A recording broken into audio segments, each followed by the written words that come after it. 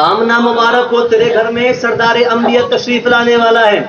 ایک اور کمال کی بات سناؤں میرے عزیزو، حضرت آمنہ کہتی ہیں جب میں اپنی سہیلیوں کے ساتھ پانی بھرنے کے لیے جاتی تھی، کنویں پر پانی بھرنے کے لیے، ابھی مصطفیٰ دنیا میں تشریف نہیں لائے ہیں، کہتی ہیں جب میں پانی بھرنے کے لیے جاتی تھی تو میری سہیلیاں کنویں کے بیچوں بیچ ڈول ڈالتی تھیں، اور وہ عرب کی زمین پہ بڑی نیچے جا کر پانی ہوا کرتا ہے، کہتی وہ بیچوں بیچ کو ڈول ڈالتی، پھر رسی کے ذریعے اس کو کھینچتی تھی، بڑی محنت کرنی پڑتی تھی، ہاتھوں میں چھالے پڑ جایا کرتے تھے میری سہیلیوں کے۔ کہتی جب سے نور محمدی میرے رحم کے اندر آیا، میرے اندر یہ کمال پیدا ہو گیا کہ جب میں کنویں کے پاس جاتی تھی تو مجھے کنویں میں ڈول لگی ڈالنا پڑتا تھا، بلکہ پانی خود بخود کنارے پر آ جایا کرتا تھا، بلکہ پانی نعرہ تکبیر، نعرہ رسالت، عشق، نعرہ رسالت، عشق محبت، عشق محبت، پیار محبت، پیار محبت، خواجہ کا ہندوستان، خواجہ کا راجستان، خواجہ کا فیضان، ہم سنیوں کی یہ ہے شان۔ وہ پیچھے والے جو بھائی بیٹھے ہیں پیچھے والے، ان کے ہاتھ مجھے نظر نہیں آ رہے، اسی پارٹی کے ہیں نا؟ ہاں، اگر اسی پارٹی کے تو آپ لوگ آگے والے ہاتھ نہیں اٹھائیں، پیچھے والوں کے مجھے ہاتھ نظر آ جائیں، ہاتھ لہرا کر بولے سرکار کی آمد۔ ماشاءاللہ بڑے زندہ دل لوگ ہیں، اور بلند آواز سے سرکار کی آمد۔ ربیع الاول کی 12 تاریخ، پیر کا دن، صبح کا وقت، رات جا رہی تھی، دن آ رہا تھا، اور رب کا محبوب دنیا میں تشریف لا رہا تھا۔ اچھا، حضرت آمنہ کہتی ہے جس وقت میرا بیٹا دنیا کے اندر تشریف لایا اس وقت میرے گھر میں بھوپ اندھیرا تھا، بڑا اندھیرا تھا، گھر میں جو چراغ تھا اس کا تیل بھی ختم ہو گیا تھا، گھر میں تیل ہی موجود نہیں کہ تیل ڈالا جائے۔ میں نے سوال کیا پروردگار، ہم عام آدمیوں کا بھی محبوب آتا ہے تو ہم گلیوں کو سجاتے ہیں، گھروں کو سجاتے ہیں، اچھا بستر لگاتے ہیں، اچھا کھانا بناتے ہیں، ہمارا محبوب آتا ہے تو ہم گلیوں کو سجاتے ہیں، لائٹیں لگاتے ہیں، روشنی کرتے ہیں، لیکن تیرا محبوب آ رہا ہے تو ایسے گھر میں جہاں پہ کئی دن سے اندھیرا ہے، جہاں پہ چراغ میں ڈالنے کے لیے تیل تک موجود نہیں ہے، پروردگار عالم محبوب کو بھیجنا تھا تو ایسے گھر میں بھیجتا جہاں روشنی کا انتظام ہوتا تو جواب ملے گا۔ اگر میں محبوب کو ایسے گھر میں بھیجتا جہاں پر پہلے سے روشنی موجود ہوتی تو جو کمالات آمنہ نے اپنے بیٹے کی پیدائش کے وقت میں دیکھے تھے اگر آمنہ ان کو بیان کرتی تو بدعقیدے کہتے کہ روشنی تو پہلے سے ہی موجود تھی، آنکھیں چندھیا گئی ہوں گی، بس کسی بنا پر کچھ عجیب چیزیں نظر آ گئی ہوں گی، اس لیے میں نے اپنے محبوب کو اندھیرے میں پیدا فرمایا تاکہ زمانہ جان لے آمنہ نے پیدائش مصطفیٰ کے وقت جو کچھ دیکھا تھا تو نور مصطفیٰ کی برکت سے دیکھا تھا۔ تبھی تو جمیل قادری نے کہا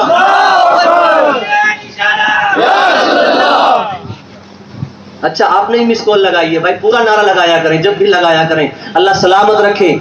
جمیل قادری کہتے ہیں روشنی میں آمنہ نے جن کی دیکھا ملک شام، واہ واہ کیا چاند نکلا الصلاۃ والسلام، واہ واہ کیا چاند نکلا الصلاۃ والسلام۔ میرے نبی جب تک دنیا کے اندر تشریف نہیں لائے تھے، اب میں جب خاموش ہوں تو نعرے کئی جگہ سے لگنے چاہیے اور یہ پتہ چلنا چاہیے کہ کیسے سنیوں کے اندر میں بول رہا ہوں۔ جب تک نبی دنیا کے اندر تشریف نہیں لائے تھے، دنیا کے اندر جسم تو تھے لیکن احساس نہیں تھا، آم تو تھے لیکن خاص نہیں تھا، زمین تو تھی لیکن سبزہ نہیں تھا، رات تھی اجالا نہ تھا، آنکھیں تھی حیا نہ تھی، ظلم تھا علم نہ تھا، ظلم تھا علم نہ تھا، جہالت تھی علم نہ تھا، زبانیں تھی صداقت نہ تھی۔ حضرات ربیع الاول کی 12 تاریخ آتی ہے، پیر کے دن صبح کے وقت میں آمنہ کا لال اس دنیا کے اندر تشریف لاتا ہے، میرے نبی کی آمد کا ہونا تھا، پھر کیا تھا، کلیاں چٹکنے لگی، پھول مہکنے لگے، ستارے چمکنے لگے، دل دھڑکنے لگے، قدم سنبھلنے لگے، احساس جاگنے لگا، شیطان بھاگنے لگا، ہر طرف یہ شور تھا، ہر ایک لب پکارتا تھا، ارے کہاں سے اتنے سرور آ گئے، تو نیم بہارا کے مسلمانوں نے کہا مبارک ہو میرے حضور آ گئے۔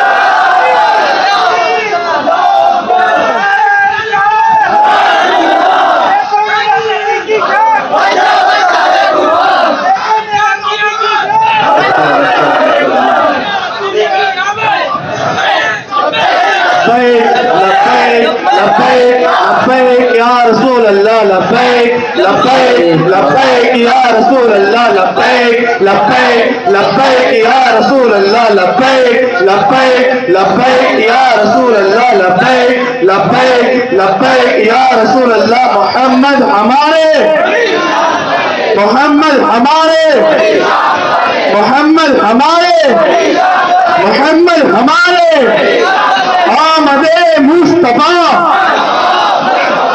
آمد مصطفیٰ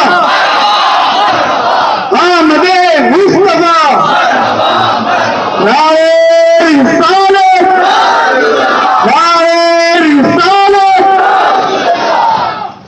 نبی تشریف کی ذرہ لائے جہاں پہلے سے ہی اندھیرا تھا، لیکن جب میرے نبی آئے تو ایسا نور پھوٹا آمنہ کے آنگن سے کہ آمنہ نے مکے کی زمین پہ بیٹھے بیٹھے ملک شام دیکھ لیا تھا، ملک شام کے محلات دیکھ لیے تھے. اب میرے نبی تشریف لے آئے ہیں. سنی مسلمانوں اب سنیں، عربوں کا دستور تھا کہ وہ اپنے بچوں کی صحت اور ان کی نشو و نما کا خیال رکھتے ہوئے شہروں سے اپنے بچوں کو دیہات کی صاف ستھری ہواؤں میں بھیج دیا کرتے تھے. ایک مقصد یہ بھی تھا کہ دیہاتوں میں جا کر وہ فصیح عربی خالص عربی زبان سیکھ سکیں، کیونکہ شہروں میں دوسرے ممالک کے لوگ آتے رہتے تھے، ان کی وجہ سے وہاں خلط پیدا ہو گیا تھا، اس لیے وہ ان کو فصیح عربی سیکھنے کے لیے دیہاتوں میں بھیج دیا کرتے تھے. سال بھی یعنی جس سال میرے نبی پیدا ہوئے ایک قافلہ قبیلے بنو سعد سے چلا، جن میں ایک خاتون وہ بھی تھی جن کو تاریخ میں حلیمہ سعدیہ کہہ کر پکارا گیا ہے، حلیمہ سعدیہ کہہ کر پکارا گیا ہے. اس سال جس سال میرے نبی تشریف لائے حضرت حلیمہ سعدیہ اپنے قافلے کے ساتھ مکے کی طرف چلی ہے، لیکن حضرت حلیمہ کی خود کی گھر کی حالت یہ تھی کہ ان کے گھر میں بھی چراغ میں ڈالنے کے لیے تیل تک موجود نہ تھا. خود حضرت حلیمہ کی حالت اتنی کمزور تھی، ان کی صحت اتنی کمزور تھی کہ ایک پستان سے دودھ آتا تھا، دوسرے سے آتا ہی نہیں تھا. ایک بالکل سوکھا تھا، اس سے آتا ہی نہیں تھا، اور دوسرے سے آتا تھا، اور جس سے آتا تھا وہ بھی اتنا کم کہ ایک بچہ ان کے پاس تھا، وہ بچہ بھی اس بچے کے لیے وہ دودھ کافی نہیں ہوتا تھا. خود حضرت حلیمہ سعدیہ کہتی ہے کہ اتنی مرتبہ ایسا بھی ہوا کہ میرا بچہ بھوک کی وجہ سے پوری رات روتا رہتا تھا، بھوک کی وجہ سے پوری رات تڑپتا رہتا تھا. میں اور میرے شوہر پوری رات بیٹھ کر گزار دیا کرتے تھے. حضرات کہتی ہے میرے ساتھ اس سفر میں ایک اونٹنی تھی جس کے تھن دھوپ سے خشک ہو چکے تھے. میری سواری اتنی کمزور تھی جو قافلے والوں کا ساتھ نہ دیتی تھی، بلکہ بار بار پیچھے رہ جایا کرتی تھی. قافلے والے مجھ سے عاجز آ گئے تھے. حلیمہ کیسی سواری لے کر آئی ہے، تیری وجہ سے ہمیں بھی دیر ہو رہی ہے، بار بار رک کر تیرا انتظار کرنا پڑتا ہے. خود بھی اتنی کمزور، سواری بھی اتنی کمزور. کہتی ہے بس کسی طرح سے میں مکے میں پہنچ گئی. مکے میں جانے کے بعد حضرات جو دائیاں آئی تھی، جو عورتیں آئی تھی، تمام نے امیروں کے بچوں کو چنا. کوئی کہتا تھا ایک بیٹا آمنہ کا بھی ہے جو در یتیم ہے، جس کے سر سے والد کا سایہ اٹھ چکا ہے. عورتیں کہتی تھی اس کے تو والد ہی نہیں ہے، بھلا وہ ہمیں کیا دے گا، زیادہ انعام نہ ملے گا، زیادہ روپیہ پیسہ نہ ملے گا، زیادہ دولتیں نہ ملیں گی. حضرت حلیمہ کسی کے گھر جاتی تھی تو ان کی صحت کو دیکھ کر لوگ کہتے تھے تو کیا بچے کی پرورش کرے گی، تو کیا بچے کو پالے گی، تیری تو خود کی حالت اتنی خراب ہے، تیری تو خود صحت کمزور ہے. کسی نے حضرت حلیمہ کو اپنا بچہ دینا گوارا نہ کیا. ایسا لگتا تھا کہ حضرت حلیمہ کو خالی ہاتھ واپس جانا پڑے گا. تو اپنے شوہر کے پاس شام کے وقت میں آنے کے بعد کہنے لگی میرے سرتاج لگتا ہے کہ اب واپس خالی ہاتھ ہی جانا پڑے گا. خالی ہاتھ جانے سے بہتر تو یہ ہے چلو آمنہ کے اس در یتیم کو لے کر چلے جس کو کسی نے نہیں لیا ہے. حضرات جناب حلیمہ کے شوہر نے کہا تھا ٹھیک ہے تیری بات. حضرات دونوں لوگ مل کر جناب آمنہ کے دروازے پر پہنچے. جناب آمنہ کے دروازے پر جب دستک دی دروازہ کھلا. کہا کہ آمنہ تمہارا بیٹا کہاں ہے، آمنہ تمہارا بیٹا کہاں ہے. جناب حلیمہ کہتی ہے میں نے پہلی مرتبہ جب محمد کو دیکھا تھا تو ایک سفید اور اونی کپڑے میں لپٹا ہوا دیکھا تھا. ایسا لگتا تھا کائنات کا سارا حسن اس سفید کپڑے میں اتر آیا ہے.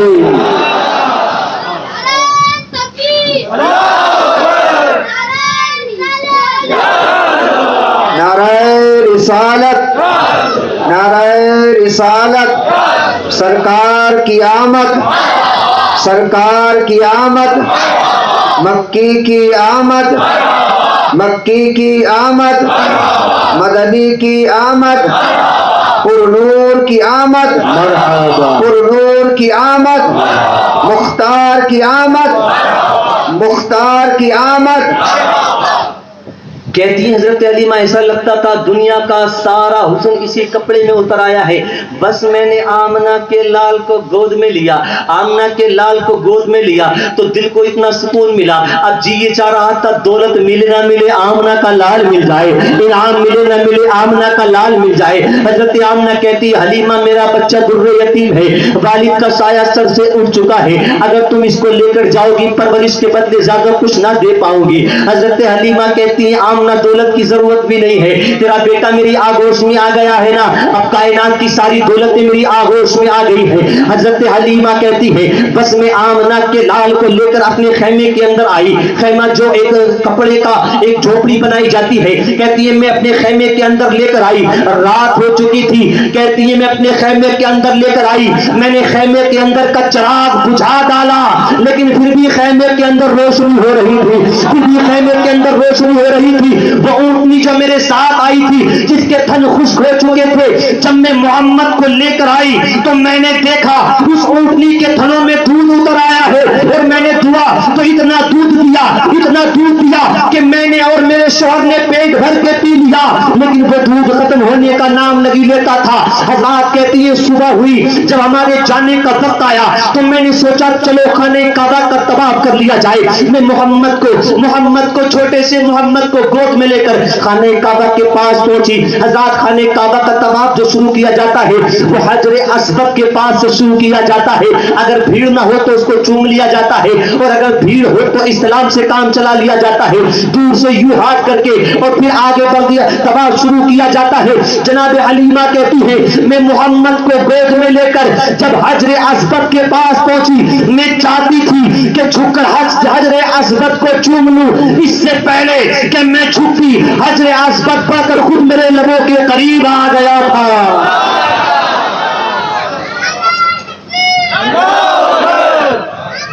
نعرہ تکبیر، نعرہ تکبیر، نعرہ رسالت، نعرہ رسالت، سرکار کی آمد، سرکار کی آمد، سرکار کی آمد، دلدار کی آمد، مزمل کی آمد، مدثر کی آمد، نعرہ تکبیر، نعرہ رسالت۔ اب کہتی ہیں حضرت حلیمہ اب ہمارے جانے کی تیاریاں ہو گئی، ہم اپنی اپنی سواریوں پر سوار ہو گئے، میری وہ سواری جو پہلے بڑی کمزور تھی، وہ سواری جو پہلے بڑی کمزور تھی، وہ سواری ایسا لگتا تھا اس میں نئی جان آ گئی ہو، اتنی تیزی کے ساتھ چل رہی تھی کہ دوسری تمام سواریاں پیچھے رہ گئی، حضرات آگے چلتی جا رہی ہو، میری سواری سب سے آگے چلتی جا رہی ہے، سب سے آگے۔ اور کمال کی بات یہ کہ اگر سوکھے درختوں کے نیچے سے میری سواری نکل جاتی تھی تو درختوں پر پھل آ جایا کرتے تھے، ان پر پتے آ جایا کرتے تھے، سوکھے جنگلوں سے میری سواری گزرتی تھی تو جنگلوں میں بہار آ جایا کرتی تھی۔ جب بہت سے لوگ پیچھے رہ گئے تو قافلے کی عورتیں کہنے لگی حلیمہ جب آ رہی تھی تم تو تمہاری سواری بڑی کمزور تھی، بار بار پیچھے رہ جاتی تھی، لیکن یہ بتاؤ اب اس سواری میں اتنی طاقت کہاں سے آ گئی؟ کیا تم نے سواری کو بدل دیا ہے؟ کیا تم نے سواری کو چینج کر دیا ہے؟ جناب حلیمہ کہتی ہے میں نے سواری کو نہیں بدلا ہے بلکہ میں نے سوار کو بدل دیا ہے، بس اسی کی برکت ہے کہ میری اونٹنی میری سواری تازہ دم ہو گئی ہے۔ حضرات تیزی کے ساتھ اب یہ قافلہ قبیلے بنو سعد کی طرف بڑھ رہا ہے۔ کہتی ہے جب میں اپنے گھر کے اندر پہنچی تو میرے گھر میں جو بکریاں تھیں ان تماموں نے کئی دن سے دودھ نہیں دیا تھا کیونکہ قحط کا عالم تھا، سوکھا پڑ چکا تھا، لیکن جیسے ہی محمد کے قدم میرے گھر میں پڑے تمام بکریوں کے تھنوں میں دودھ اتر آیا، تمام بکریوں کے تھنوں میں دودھ اتر آیا۔ کہتی ہے جب میں نے دوہا اتنا دودھ دیا بکریوں نے، اتنا دودھ دیا کہ گھر کے جتنے برتن تھے تمام بھر گئے، لیکن دودھ ختم ہونے کا نام نہیں لیتا تھا۔ حضرات کہتی ہیں میری بکریوں کے اندر بھی یہ کمال پیدا ہو گیا کہ وہ چرنے کے لیے خود ہی جاتی تھی اور خود ہی واپس آ جایا کرتی تھی، خود ہی جاتی تھی، خود ہی واپس آ جایا کرتی تھی۔ اگر محمد کے قدموں کو دھو کر سوکھے درخت کی جڑ میں ڈال دیا جاتا تھا تو درخت ہرا بھرا ہو جایا کرتا تھا، اس پر پتے آ جایا کرتے تھے، اس پر پھل آ جایا کرتے تھے۔ اگر محمد کے قدموں کا دھوبن کسی بیمار کو پلایا جاتا تھا تو بیماری آنے واحد میں دور ہو جایا کرتی تھی، شفا یاب لوگ ہو جایا کرتے تھے۔ حضرات جناب حلیمہ سعدیہ کہتی ہے ہمارے قبیلے میں کچھ لڑکیاں ایسا بھی کرتی تھیں کہ اپنے چھوٹے چھوٹے بھائیوں کو لے کر ایک چوراہے پر جمع ہو جاتی تھیں اور سب کی سب اپنے بھائیوں کی تعریفیں کیا کرتی تھی۔ میری بیٹی جس کا نام شیما ہے وہ میرے پاس آتی تھی اور آنے کے بعد کہتی تھی امی قبیلے کی دوسری لڑکیاں اپنے بھائیوں کو لے کر چوراہے پر جمع ہوتی ہیں اور بڑی تعریفیں اپنے بھائیوں کی کیا کرتی ہیں، امی جان مجھے بھی اجازت دے دیں تاکہ میں بھی اپنے بھائی کو لے کر ان کے سامنے جا سکوں۔ حضرت حلیمہ انکار کر دیتی تھی، لیکن ایک دن جب زیادہ اصرار کیا جناب شیما نے تو حضرت حلیمہ نے اجازت دے دی۔ حضرت حلیمہ لے کر اپنے بھائی کو یعنی میرے تمہارے آقا صلی اللہ تعالیٰ علیہ وسلم کو اس چوراہے پر پہنچی جہاں پر دوسری لڑکیاں اپنے بھائیوں کو لا کر جمع ہو جایا کرتی تھی۔ اب لڑکیوں نے اپنے بھائیوں کی تعریف کرنا شروع کی، کوئی کہتی ہے دیکھو میرے بھائی کی ناک کا جواب لگی ہے، کوئی کہتی ہے دیکھو میرے بھائی کے کانوں کا جواب لگی ہے، کوئی کہتی تھی دیکھو میرے بھائی کی پیشانی کا جواب لگی ہے، کوئی کہتی تھی دیکھو میرے بھائی کے حسن کا جواب لگی ہے، کوئی کہتی ہے دیکھو میرے بھائی کے جوان کا جواب لگی ہے۔ آخر میں ان لڑکیوں نے شیما سے کہا تھا شیما تو بھی تو اپنے بھائی کو دکھا۔ جناب شیما کہتی ہے جب میں نے محمد کے رخ انور سے پردے کو ہٹایا، کپڑے کو ہٹایا تو تمام کی تمام خاموش ہو گئی اور بیک زبان کہا تھا ہمارے بھائی بھی خوبصورت ہیں لیکن شیما کے بھائی کا کوئی جواب نہیں ہے۔ میرے امام نے کہا وہ کمال حسن حضور ہے کہ گمان نقش جہاں نہیں، یہی پھول خار سے دور ہے، یہی شمع ہے کہ دھواں نہیں، یہی شمع ہے کہ دھواں نہیں۔ اور میرے عزیزو سنتے جائیں میرے اور تمہارے نبی صلی اللہ تعالی وسلم کی ان کی شان اور ان کے فضائل و کمالات۔ حضرت حلیمہ کہتی ہے بہت مشہور واقعہ ہے، ایک رات میں اپنے گھر کے اندر کام کر رہی تھی، محمد پالنے میں یعنی گہوارے میں لیٹے ہوئے تھے۔ میں کیا دیکھتی ہوں کہ جھولا جو ہل رہا تھا وہ رک جاتا ہے، لیکن جیسے ہی رکتا ہے پھر کوئی نہ کوئی اس کو ہلا دیا کرتا تھا، وہ ہلانے والا نظر نہیں آتا تھا۔ پتہ چلا میرے آقا کو جھولا جھلانے اللہ تبارک و تعالیٰ کے مقدس فرشتے آیا کرتے تھے۔ حضرت حلیمہ کہتی ہے ایک روز میرے حیرت کی انتہا نہ رہی، ایک روز میں نے دیکھا کہ آسمان کا چاند گردش کر رہا ہے، چاند کبھی ادھر جاتا ہے کبھی ادھر جاتا ہے۔ میں نے دیکھا یا اللہ آج کیا ہو گیا، آسمان کے چاند کو میں نے کبھی اس طرح سے حرکت کرتا ہوا نہ دیکھا، اس طرح سے گردش کرتا ہوا نہ دیکھا۔ مجھے ڈر لگا، میں دوڑ کر محمد کے پاس پہنچی، میں نے دیکھا کہ محمد تو صحیح و سالم ہے، لیکن کمال کی بات یہ ہے کہ گہوارے میں لیٹے ہوئے محمد کی انگلی ہل رہی تھی۔ جب میں نے انگلی پہ غور کی تو جدھر محمد کی انگلی جاتی تھی آسمان کا چاند بھی اس طرف جاتا تھا، یعنی میرے آقا چاند سے کھیل رہے تھے۔ امام فرماتے ہیں چاند جھک جاتا جدھر، انگلی اٹھاتے مہک میں جاگی چلتا تھا اشاروں پر کھلونا نور کا۔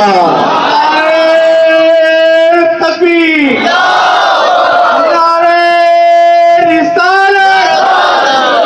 عشق محبت، پیار محبت محمد ہمارے۔ سبحان اللہ سبحان اللہ۔ اب تھوڑا ٹائم بچائیں، مجھے کہا گیا تھا مولانا یوسف نظامی صاحب اور شہر قاضی صاحب نے مجھے حکم دیا تھا کم سے کم 2 گھنٹے تقریر ہونی ہے اور 1 بجے جانے کا میرا ٹارگیٹ تھا، مجھے کوٹا سے صبح کو ٹرین پکڑنی ہے 6 بجے، اس لیے 1 بجے یہاں سے نکلنے کا ارادہ تھا، لیکن پرمیشن صبح تک کی ماشاء اللہ۔ اب میں آدمی ہوں مشین نہیں، اس کا خیال رکھیں، بولوں گا لیکن آپ نے موڈ اتنا اچھا بنا دیا ہے کہ میں بھلے ٹرین چھوٹ جائے تھوڑی دیر اور بولوں گا، بول دے سبحان اللہ۔ حضرات میرے اور تمہارے، اب میں بچپن کو چھوڑ دیتا ہوں، بچپن آپ نے سن لیا ہوگا شاید گزشتہ دنوں میں، نہیں سنا ہوگا تو انشاءاللہ زندگی نے وفا کی تو کبھی پھر سناؤں گا۔ آپ یہ سن لیں کہ میرے اور تمہارے نبی صلی اللہ تعالی وسلم کے والد کا انتقال اس وقت ہو گیا تھا کہ جب میرے نبی کی والدہ امید سے تھی اور صرف 2 مہینے آپ کو امید سے ہوئے تھے، آپ کے والد کا انتقال ہو گیا تھا، یعنی آپ کی پیدائش سے پہلے ہی والد کا سایہ سر سے اٹھ گیا تھا۔ اور 6 سال کی عمر جب آپ کی ہوئی میرے آقا کی تو والدہ کا سایہ بھی سر سے اٹھ چکا تھا. اس کو اگر بیان کروں گا حضور حضرت آمنہ کے انتقال کو تو گھنٹہ بھر اس میں لگ جائے گا. اس کو میں چھوڑ دیتا ہوں, پھر کبھی انشاءاللہ بیان کروں گا. دور حاضر کو مد نظر رکھتے ہوئے ایک واقعہ میں یہ بیان کرتا ہوں اور یہاں سے آپ کو ذہن نشین یہ بات کرانا چاہتا ہوں کہ میرے اور تمہارے نبی نے ہمیں امن کا پیغام دیا ہے. امن کا پیغام دیا ہے, ایکتا کا, محبت کا, پریم کا, اخوت و مربت کا پیغام دینے والی ذات سب سے پہلی ذات آمنہ کے لال کی ذات ہے. میرے نبی نے ہم نے آپسی بھائی چارہ سکھایا ہے, ایک دوسرے سے محبت کرنا سکھایا ہے. اور کیسے محبت کرنا سکھایا ہے؟ آپ جب صبح کو جلوس نکالیں تو نعتیں پڑھیں, نبی کی درود پاک کا ورد کریں, اس میں ہو ہلہ کچھ نہیں, کوئی بدتمیزی نہیں ہونا چاہیے. زمانے کو دکھا دو کہ نبی کے غلام کیسے ہوا کرتے ہیں. ادب کے دائرے میں رہ کر ان علماء کے پیچھے پیچھے چلیں گے, یہ آپ کے قائد ہیں, بس ان کی اقتدا کریں. جیسے جیسے یہ آپ کو حکم دیتے جائیں ان کے ساتھ جانا. نوجوان سروں کو ٹوپیوں سے سجا کر آئیں, جس طرح سے آج نوجوان بغیر ٹوپیوں کے بیٹھے ہیں. اپنی قوم کے جوانوں کو جب جلسوں میں ننگے سروں کو دیکھتا ہوں تو مجھے افسوس ہوتا ہے, یہ میری قوم کی وہ جوان ہے جن کو ہمارا فیوچر کہا جاتا ہے, مستقبل کہا جاتا ہے, لیکن جلسوں میں آنے کے لیے بھی تمہیں توفیق نہیں ہوتی کہ اپنے سروں کو ٹوپیوں سے ڈھانپ کر آتے. اگر جلسوں میں آنے کے لیے تم ٹوپی اپنے سروں پر نہیں لگا سکتے تو بتاؤ کہاں جا کر تم ٹوپیاں لگاؤ گے؟ میرے عزیزوں, میرے اور تمہارے نبی نے ایکتا کا پیغام دیا اور ایک دوسرے کی مدد کرنا میرے نبی نے سکھایا ہے. اتنے دھیرے سے بولیں گے, زور سے کہیں سبحان اللہ. میرے نبی نے ایک دوسرے کی مدد کرنا سکھایا. اور کیسے سکھایا؟ مکے کی سرزمین ہے, رات کا وقت ہے, میرے نبی اپنے حجرے انور سے باہر تشریف لائے. ہوا چل رہی تھی, اندھیرا چھایا ہوا تھا اور سردی کا موسم تھا. میرے نبی اپنے حجرے سے باہر تشریف لائے, چند قدم چلے تھے کہ کانوں میں کسی کے درد بھرے رونے کی آواز آتی ہے, کسی کی درد بھری آواز آتی ہے, کوئی رو رہا ہے. میرے نبی ٹھہر گئے, یا اللہ یہ کون ہے جو اتنی رات میں پھوٹ پھوٹ کر رو رہا ہے؟ میرے نبی نے کان لگا کر سنا کہ آواز کس جانب سے آ رہی ہے. حضرات جس طرف سے آواز آ رہی تھی میرے نبی اسی طرف گئے. حضرات دروازے کو کھٹکھٹایا, اندر سے آواز آئی, من تق الباب, کون ہے دروازہ بجانے والا, ذرا بتاؤ تو صحیح کون ہے دروازہ بجانے والا؟ میرے نبی نے فرمایا میں کون ہوں یہ نہ پوچھ, تو بتا تو کیوں رو رہا ہے؟ سارے مکے والے تو بستروں کی خوراک بن چکے ہیں, سارے مکے والے تو چین کی نیند سو رہے ہیں, لیکن تو ہے کہ پھوٹ پھوٹ کے رو رہا ہے. رونے کی وجہ کیا ہے؟ رونے کا سبب کیا ہے؟ رونے کا ریزن کیا ہے؟ حضرات اس اندر سے آواز آتی ہے, دروازے کا لوک نہیں لگا ہے بلکہ بس ایسے ہی بند ہے, آ جاؤ اندر. میرے نبی نے نبوت والا ہاتھ دروازے پر رکھا, دروازہ کھل گیا. اندر جا کر جب میرے نبی نے دیکھا تو ایک شخص ہے جس کی بونڈی کس موٹی موٹی آنکھیں ہیں, بھونڈے ہونٹ ہیں, موٹے موٹے ہونٹ ہیں, بونڈا سا چہرہ تھا, دھنگرالے بال تھے. حضرات میرے نبی نے دیکھا تو وہ شخص بیٹھا ہوا چکی چلا رہا تھا, جو پیس رہا تھا. میرے آقا نے فرمایا معاملہ کیا ہے, اتنی رات گئے رو کیوں رہے ہو؟ غلام نے کچھ نہ کہا بلکہ اپنے ہاتھوں کو یوں میرے آقا کے سامنے کر دیا. میرے آقا نے دیکھا کہ ہاتھوں سے خون بہ رہا تھا. میرے نبی نے فرمایا ہاتھوں سے خون بہنے کا ریزن کیا ہے, خون بہنے کی وجہ کیا ہے؟ تو حضرات وہ شخص کہنے لگا اے آنے والے تو کون ہے؟ میں یہ تو نہیں جانتا, لیکن مکے میں آج تک اتنے پیار سے مجھ سے کسی نے بات نہیں کی ہے. جب تم مجھ سے پوچھتا ہے تو سن لے, میرا جو آقا ہے بڑا ظالم ہے, میرا جو آقا ہے بے ناٹ پرست ہے, وہ بڑا سرکش ہے, وہ مجھ پر بڑا ظلم کیا کرتا ہے, دن بھر مجھ سے کام و کاج کروایا کرتا ہے, بسنی پتھر اٹھوایا کرتا ہے.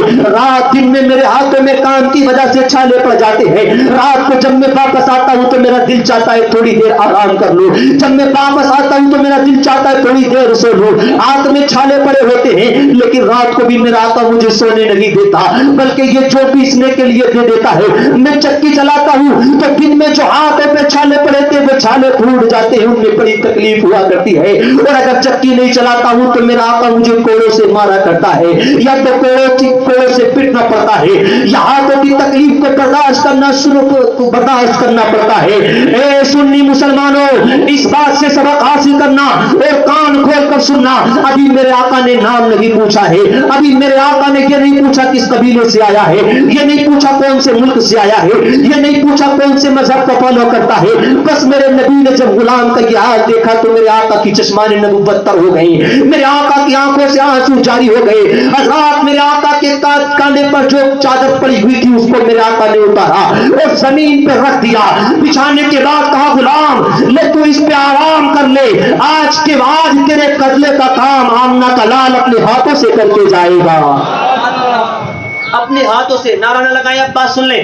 کہا کہ اپنے ہاتھوں سے تیرا کام کروں گا. غلام آنکھیں پھاڑ کے دیکھ رہا ہے, یار آج تک مکے میں کسی نے خیریت تک نہ پوچھی, لیکن یہ آنے والا کیسا ہے, آیا ہے تو صرف میرا حال ہی نہیں پوچھ رہا ہے بلکہ میرے بدلے کا کام بھی کر رہا ہے. حضرات غلام چونکہ تھکا ہوا تھا, حضرات سو گیا. میرے آقا اپنے ہاتھوں سے چکی چلاتے رہے. میرے آقا نے جب چکی چلانا شروع کیا تو حضرات فرشتے بھی میرے آقا کی خدمت میں آئے. عرض کی یا رسول اللہ آپ چکی چلا رہے ہیں, ہمیں حکم دے دے. میرے آقا نے کہا نہیں, غلام کا کام آقا اپنے ہاتھ سے کرے گا تاکہ زمانے کو پتا چل جائے کہ غلاموں کو عزت کیسے دینی چاہیے. حضرات میں آپ کو جو بات بتانا چاہتا ہوں آخر میں اس کا رزلٹ آئے گا. اپنے ذہنوں کو توجہ, اپنے ذہنوں کو کشادہ کرے اور توجہ کو میری طرف رکھے. حضرات جب سارے جوک پیس گئے تو میرے نبی نے دھیرے سے غلام کو جگایا, کہا لو تمہارے بدلے کا کام ہو گیا اور میں جا رہا ہوں. اور جاتے جاتے میرے نبی پیچھے مڑے اور مسکرا کر فرمایا گھبرانا نہیں, کل کو بھی تیرے بدلے کا کام کرنے کے لیے میں خود حاضر ہو جاؤں گا, میں خود تیرا کام کرنے کے لیے آ جاؤں گا. پریشان مت ہونا کہ آج تو یہ کر گئے کل کو کون آئے گا. حضرات غلام کی حیرت کی انتہا نہ رہی. جب دوسرا دن گزرا, دوسری رات آئی تو میرے آقا پھر تشریف لے آئے, پھر چادر کو بچھا دیا, غلام کو سلا دیا, اپنے ہاتھ سے کام کرتے رہے. حضرات جب ساری چوپس گئی تو میرے آقا نے پھر غلام کو بیدار کیا اور کہا کہ اٹھ جا لے تیرے حصے کا کام ہو گیا. اور دوسری رات بھی جاتے جاتے پھر مسکرا کر کہہ گئے گھبرانا نہیں, کل کو بھی تیرے بدلے کا کام کرنے کے لیے میں آ جاؤں گا. گھبرانا نہیں, کل کو بھی میں تیرے بدلے کا کام کرنے کے لیے آ جاؤں گا. حضرات مجھے بتاؤ کیا میرے آقا نے اس کا نام پوچھا؟ نہیں. میرے آقا نے یہ پوچھا کہ کون سے دھرم کا؟ نہیں. اس سے ہمیں سبق یہ ملتا ہے کوئی سے قبیلے کا ہو, کوئی سے شہر کا ہو, کوئی سے بھی ملک کا ہو, کسی بھی مذہب کا فالو کرنے والا ہو, اگر ہم اس کی مدد کر سکتے ہیں تو ہمیں مدد کرنی چاہیے. یہ میرے آقا کا طریقہ ہے, یہ میرے آقا کی سنت ہے. اور ایک واقعہ مجھے یہاں پر یاد آتا ہے, یہ پورا نہیں ہوا لیکن بیچ میں سن لیں. سورہ کا بہت مشہور واقعہ کہ میرے آقا ایک جگہ سے گزر رہے تھے تو ایک بوڑھی اپنا کچھ سامان لے کر کھڑی تھی. تو میرے آقا نے کہا اماں کہاں جا رہی ہو؟ کہنے لگی میں کسی مزدور کے انتظار میں کھڑی ہوں کہ وہ آ کر میرے اس سامان کو میری منزل تک پہنچا دے. تو میرے آقا نے کہا یہ کام تو میں بھی کر لوں گا. بوڑھی کہنے لگی میں نے دیکھ تو لیا تھا تجھے آتا ہوا, لیکن تیری خوبصورتی کو دیکھ کر مجھے لگا شاید کوئی بادشاہ ہوگا, شاید کوئی بادشاہ ہوگا, اس لیے میری ہمت تو ہوئی کہ میں تجھ سے کچھ کہہ سکوں. حضرات میرے آقا نے کہا نہیں میں لوگوں کی مدد کرنے کے لیے ہی آیا ہوں. میرے آقا نے اس بوڑھی کے سامان کو اپنے سر پہ رکھا, کہا کہ بتاؤ اماں چلنا کدھر ہے؟ بوڑھی نے کہا اس طرف چلنا ہے. اب راستے میں چلتے چلتے بوڑھی کہتی ہے بیٹے تو کون ہے میں تو نہیں جانتی, لیکن تو بڑا خوبصورت ہے, تو بڑا سونا ہے, تو بڑا پیارا ہے, ایک نصیحت تجھ کو کرنا چاہتی ہوں. میرے آقا نے فرمایا بتاؤ کیا کہنا چاہتی ہو؟ تو بوڑھی کہنے لگی میں نے سنا مکے میں کوئی محمد نامی شخص پیدا ہوا ہے, عبداللہ کا بیٹا پیدا ہوا ہے, جو ایک نیا دین لے کر آیا ہے, جو ہمارے باپ داداؤں کے دین کو جھوٹا کہا کرتا ہے, وہ ہمارے خداؤں کو جھوٹا کہا کرتا ہے. میں نے سنا ہے اس کے اندر کمال یہ ہے کہ جو اس کی باتیں سن لیتا ہے وہ اسی کا ہو جایا کرتا ہے, جو اس کی باتیں سن لیتا ہے وہ اسی کا ہو جایا کرتا ہے. میرے آقا کی برائی میرے آقا سے کرتی چلی جا رہی ہے. میرے آقا نے اس کے سامان کو پھینکا نہیں کہ میں تو تیری مدد کر رہا ہوں تو میری برائی کر رہی ہے, بلکہ سنتے جا رہے ہیں, مسکراتے جا رہے ہیں. اماں کچھ اور بتاؤ نا. بوڑھی کہتی ہے میں نے سنا ہے وہ کوئی کلام لے کر آیا ہے اور وہ کلام ایسا ہے جو اس کو سن لیتا ہے وہ اسی کا ہو جایا کرتا ہے. بیٹا میں تو اس کے ڈر کی وجہ سے مکہ چھوڑ کر جا رہی ہوں, کہیں ایسا نہ ہو کہ وہ میرے پاس آ جائے اور مجھے بھی اس کی باتیں سننی پڑے. اور بیٹے میں تجھ سے بھی کہتی ہوں بڑا خوبصورت ہے تو اس کے پاس مت جانا ورنہ اس کا جادو تجھ پر بھی چل جائے گا. میرے آقا مسکراتے جا رہے ہیں. منزل آ گئی, سامان میرے آقا نے بوڑھی کا اتار دیا. تو بوڑھی کہنے لگی بیٹا بڑا پیارا ہے, اجرت تو لیتا جا. میرے آقا نے کہا میں اجرت لینے کے لیے نہیں آیا ہوں, بلکہ میں درد مندوں کے درد کو دور کرنے کے لیے آیا ہوں, میں سہاروں کا سہارا بن کر آیا ہوں. حضرات میرے آقا نے جب اتنا کہا تو بوڑھی کہنے لگی بیٹے پیارا پیارا نام تو بتا دے.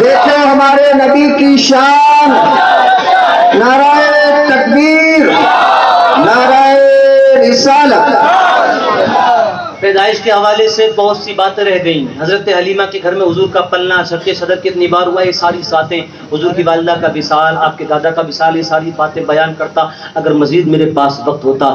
بس آخری بات میری یہ سن لیں میرے نوجوان بھائیوں، آپ کو اگر آپ کسی کی مدد کر سکتے ہیں تو مدد کریں، چاہے وہ کسی ہی قبیلے کا کیوں نہ ہو، کسی خاندان کا کیوں نہ ہو، کسی کی مدد کرنا یہ میرے آقا کی سنت ہے۔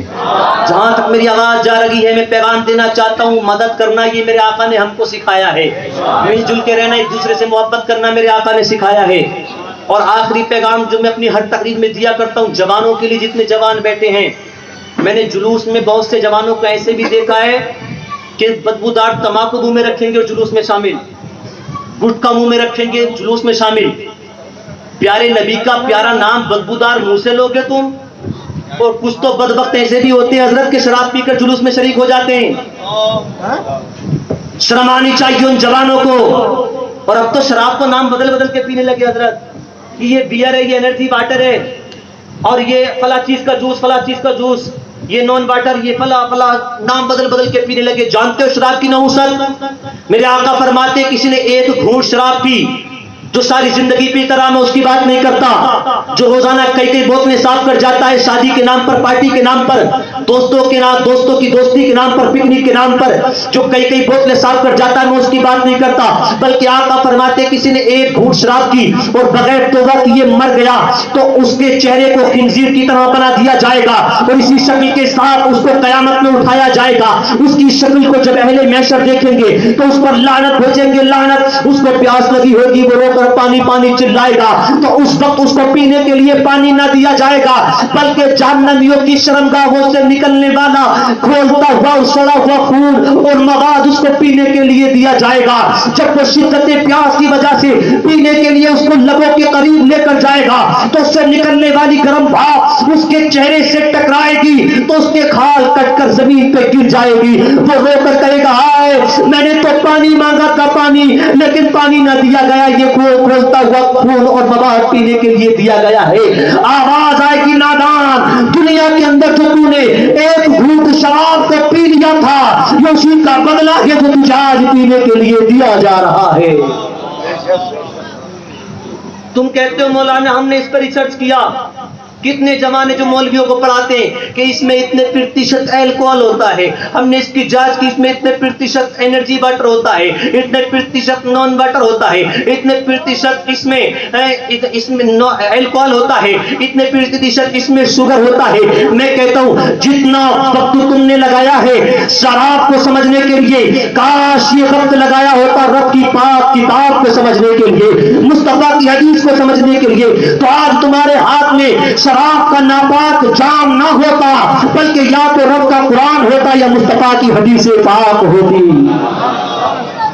تو میری اس تقریر سے آپ اس بات کا عزم مصمم کر کے اٹھنا کہ شراب پینا تو دور کی بات، کبھی کسی شرابی کے پاس بھی نہ بیٹھیں گے۔